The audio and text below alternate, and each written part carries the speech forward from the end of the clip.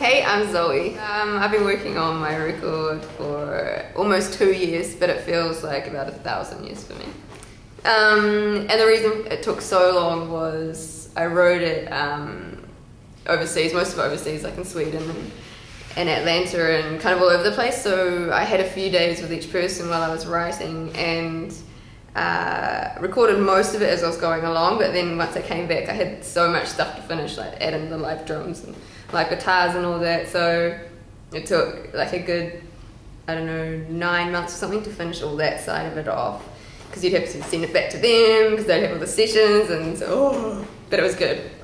And then the mixing, yeah, the mixing took a while. I did that, one guy in LA and one guy in Sweden, who are amazing. And one of them, he mixed The Social Network and has done a lot of stuff like P. Diddy and Nine Inch Nails and stuff like that.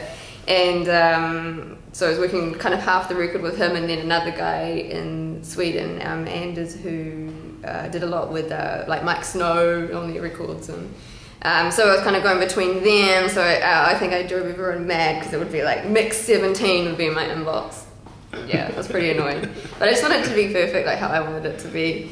And then, and I guess another reason was we've done a lot of touring in between, and so we've been working on the live show to get that real solid. And yeah, we did stuff with Katy Perry, we did a tour with her, and Mark Ronson, and South by Southwest, that kind of stuff. So it's just been a lot of stop, start, stop, start. But we got there. So with the album, I co-wrote every song with just probably usually one other person, and I got the option, of course, to write all by myself, but when I got given the option, I don't know why, I've just kind of always been really into collaborating with people, whether it's like the outfits or, I don't know, building a chair or something. I just really like the idea of your crazy brain working with someone else's and then being like, I never would have thought of that if I hadn't been sitting in the room with that person or something. And yeah, so I got to write with some amazing people like Dave Satek from TV on the Radio, and so it was a cool time. We were like shooting apples in Beverly Hills while we were co-writing and stuff like that. It's pretty awesome. I was hoping to see a bobcat, but didn't. And who else? I got to write with some people who'd written like Bad Romance with Lady Gaga, which was really interesting. And Atticus Ross, who's done a lot of stuff with Trent Reznor for like The Girl with the Dragon Tattoo and The Social Network, and that was really amazing. We did some really crazy stuff, which isn't actually on the album, but because we're still trying to finish it all off. And yeah, a real range of people, like people, Henrik Jonbeck, who I wrote My Calculator with, and the Bang Bangs. He's done a lot of stuff, like wrote Toxic for Britney Spears, and it's pretty amazing. That's an amazing pop song. And he wrote a lot of stuff on that first Mike Snow record, like Animal and those ones.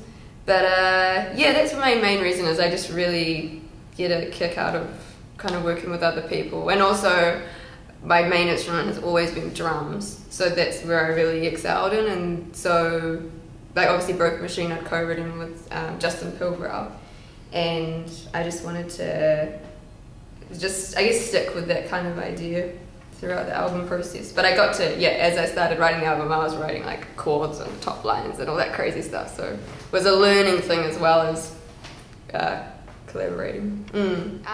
So with all the co-writing, obviously there was a huge list of people. I came back with 40-something songs, so that's another reason why it took so long. And it was really cool because I got the option to write by myself, obviously, as I said, and I wrote down a bunch of people I would have loved to have worked with, and there were people that I never in a million years thought I could work with, and a lot of them were kind of behind the scenes people where you might be like, oh, that song's amazing, but then you look who actually wrote the song and it's not the artist. So I was writing with a lot of those people. And so there were some unexpected ones that, you know, people from like my A&R or my manager or someone had ideas where I wasn't 100% into, but I was open to kind of work with anyone. And in those sessions, there's only maybe a couple of those where I was unsure, and then at the end of it you've got like this dirty like NERD vibe song, and at the same time as you're getting so much out of it, this other person who might be more on like the real pop side or something was like, whoa, I've never written such a dirty song or something. So it was a real, yeah, it was definitely like the gold, the end of the rainbow kind of thing each time. So it's time to pick my favourite children on the album.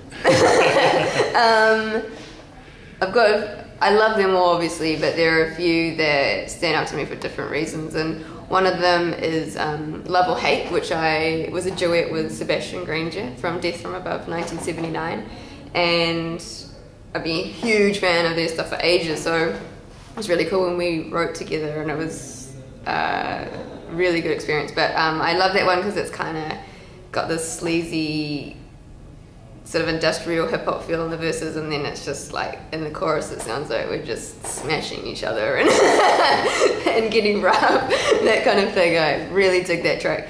Another one that I absolutely love, probably because I really enjoy playing it live as well, is My Calculator, which is the latest single. I think because live as well, it's got more of that punky kind of vibe to it, which is real fun. And I'll pick one more child. Shoot! Oh, this is so hard. Okay.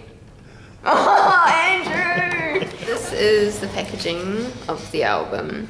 The idea that we're kind of going for was, this is a Memphis kind of pattern logo, which is an Andy Warhol kind of era. And we've used it with an, oh, I just broke the chair. God. And we've kind of done the same theme throughout the shoes, and it just made it quite insane and quirky. And the guy who kind of did all the design for it was Adam Del Pozo, who's done a few of my other covers as well. And yeah, we just wanted it to look quite crazy, like a crazy extended bug thing there. So if you look where my wrist would be, it would be past my feet. It's kind of gross, but it's kind of fun. And yeah, so I worked with Serena Patience as well on it, who I've done a lot of my outfits with ever since Bionic Pixie. And so that's something I've always been into, just because I like the idea of the music and the image all kind of linking in together to make it, it's just exciting. I think if you've got an excuse to wear crazy stuff every day, why not do it? And yeah, so I worked with her, and also another stylist, Barry Betham, and yeah, that just helped me to achieve all the looks I wanted. Hey, I'm Zowie, and thanks for watching my interview on the wonderful cheeseontoast.co.nz. And here's my new album, Love Demolition, which is out now.